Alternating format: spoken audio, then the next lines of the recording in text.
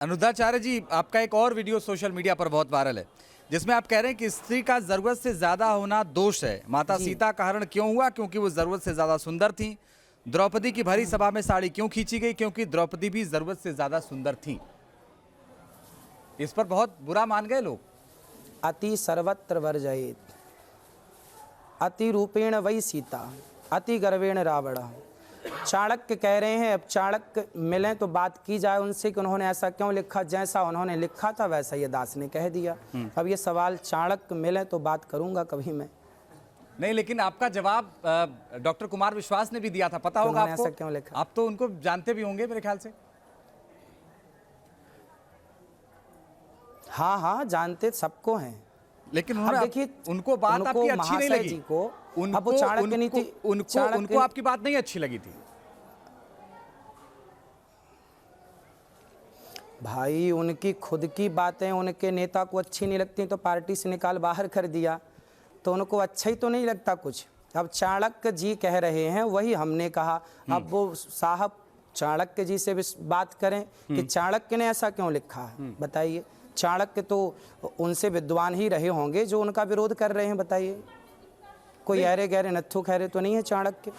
नहीं, लेकिन वो किस सदी में लिखा गया था? हम 21वीं सदी में हैं, जहां बात बराबरी की होती है, तो बहुत सारी चीजें तो बदली है ना महाराज जी। रामचरितमानस भी तो कब लिखी गई थी? आज से लगभग 550-600 वर्ष पूर्व, लगभग 500, 1554 में गोस्वामी जी का जन्म हुआ। अब लगा लीजिए हिसाब कि कितने पहले रामचरितमानस लिखी गई थी। गीता तो 5500 साल पुरानी है, वेद तो अनादि है। तो इसका मतलब कि अब आज के हिसाब से उनको बदल दिया जाएगा? भाई जो लिखा है वो तो जस का तस है। अच्छा, एक और बड़ी बात है, आपने महर्षि वाल्मीकि को डाकू बोल दिया, बाद में आपने माफी मांग ली।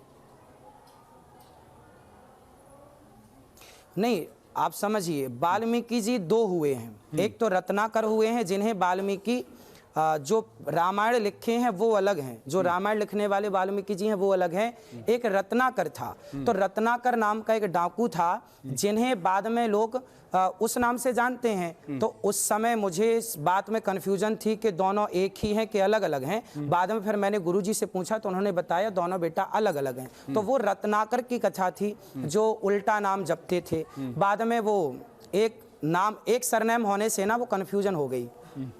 आप कंफ्यूज हो गए, दूसरों को कंफ्यूज कर दिया आपने, और कितना बवाल हो गया इस पर। ना उस पर तो मैंने क्षमा मांगी थी, जो अपराध है वो तो है। नहीं, अच्छी बात है। अगर आपने स्वीकार किया, ये संत की अच्छी बात होती है, आपने स्वीकार किया। लेकिन आपको नहीं लगता कि कई बार हम भावनाओं में बह के बहुत सारे ऐसी बातें बोल देते हैं जो नहीं बोलना चाहिए? हाँ बिल्कुल, आप सही कह रहे हैं। देखिए, हम लोग दिन भर 3.5 घंटे रोज बोलते हैं। कई बार हम वो बोल देते हैं जो हमारे मुंह से नहीं निकलना चाहिए। धारा प्रवाह में निकल जाता है, पर निकल जाए तो हमें उसका सार तत्व ग्रहण कर लेना चाहिए। और जहाँ लगता है कि हाँ हमारे मुंह से गलती हुई तो क्षमा मांग लेने में कोई अपराध नहीं है। कई बार होता है, बहुत बार होता है, बहुत बार हो चुका है, तो बहुत बार निकल जाती है धारा प्रवाह में। कुछ उल्टा गलत शब्द निकल जाता है जो अशोभनीय है, तो अब निकल जाता है, जिह्वा है। आपने कहा जो कोशिश ये करते हैं वही निकले जो शास्त्र प्रमाण है। आप ठीक है, पूरा कर लीजिए महाराज जी, आप पूरा कर लीजिए जी। हाँ, तो हम यही निवेदन कर रहे थे कि भाई जो गलत निकल जाए उसके लिए क्षमा मांग लेने में कोई अपराध नहीं है। कोशिश ये करते हैं कि जो शास्त्रों में लिखा है वही आप तक पहुँचे, बिल्कुल यथार्थ ज्ञान पहुँचे, है ना। और उन गलतियों से हम सीखते भी हैं, सुधारते भी हैं, और सुधारता सारी जिंदगी हमें सुधारना ही है। सारी जिंदगी गलतियां करना है और सारी जिंदगी उन गलतियों को सुधारना है। अनुराधाचार्य जी, आपके मैंने देखा है कि जब आपकी कथा होती है तो बहुत सारे युवा भी आते हैं। आपका एक बयान है, आपने कहा कि बेटियों को पढ़ाने लिखाने के साथ संस्कारी भी बनाना जरूरी है, जिससे समाज में कुरीतियों का अंत किया जा सके, नहीं तो श्रद्धा जैसे खौफनाक दृश्य देखने को मिलेंगे। अब मुझे एक बात बताइए कि आपसे किसी ने सवाल नहीं पूछा कि आपके प्रेम तो आप तो प्रेम के विरोधी हैं?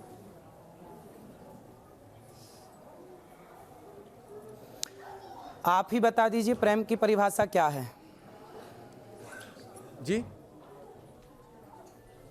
आप कुछ बोल रहे थे, आवाज कट गई थी। बताइए आप, प्रेम की परिभाषा क्या है? प्रेम किसे, ये तो आप प्रेम बताएंगे किसे ना। कहते हैं? संत तो आप ही हैं ना। बताइए प्रेम की परिभाषा क्या है? प्रेम संत किसे संत कहते तो आप हैं, हम तो आपसे सुनने के लिए हैं? बैठे हैं। चलिए, फिर आप पूछ रहे हैं तो बताना जरूरी है। जी। अच्छा देखिए, एक लड़की एक लड़के से प्यार करती है और वो दोनों रिलेशन भी बनाते हैं, संबंध भी बनाते हैं, रहते हैं साथ में पति पत्नी की तरह। फिर एक दिन वही लड़की उस लड़के से कहती है कि चलो अब विवाह कर लेते हैं। तो लड़के ने कहा नहीं, हम तो यूं रह रहे थे, विवाह करने की क्या ज़रूरत है? लड़की ने कहा नहीं, विवाह तो करना पड़ेगा आपको, आपने हमारे साथ संबंध बनाए हैं, साथ में पति की तरह रहे हैं, अब विवाह करने में क्या बुराई, आप हमसे प्यार करते हैं। तो उस लड़के ने उस लड़की का गला दबाकर, मुंह दबा करके और उसके टुकड़े टुकड़े कर दिया। अब बताइए प्रेम की परिभाषा क्या है? प्रेम की परिभाषा है तत्सुख सुखित्वम, अपने प्रियतम के सुख में ही जो अपना सुख माने उसे प्रेम कहते हैं। अब यहाँ उस लड़की ने कहा कि हमसे प्रेम करते हो तो विवाह करो, तो उसने टुकड़े टुकड़े कर दिया। तो बताइए क्या उस लड़के ने उससे कभी प्रेम किया था? प्रेम के नाम पर केवल शोषण किया था। वही तो हम जागरूक करना चाहते हैं अपनी बहन बेटियों को कि जमाना आपसे प्रेम नहीं करता, आपके सुंदर शरीर से प्रेम करते हैं। और जब हवस पूरी हो जाती है तो चिंगम को जैसे चबा के थूक दिया जाता है, वैसे आपको यूज करके थूक दिया जाएगा। तो हमारी बहन बेटियों को जागरूक होना चाहिए कि वो किसी दुष्ट आदमी के हाथ ना लगें, ताकि उनका कल को कोई शोषण ना करे और कल को आपके 35 टुकड़े या 40 टुकड़े ना हो। ये समाज को जहाँ गलतियाँ होती हैं ना, हमें उन गलतियों से सीखना चाहिए। इसका मतलब ही नहीं कि हम कल भी गलती करेंगे। हम एक बार गलती करते हैं, दोबारा नहीं। एक गलती को फिर दूसरी गलती होगी उसे भी सुधारेंगे। तो गलतियां करना इंसान का काम है, पर सबक ना लेना ये तो बड़ा गलत हो जाएगा। सीखिए, समाज को सिखाना चाहिए।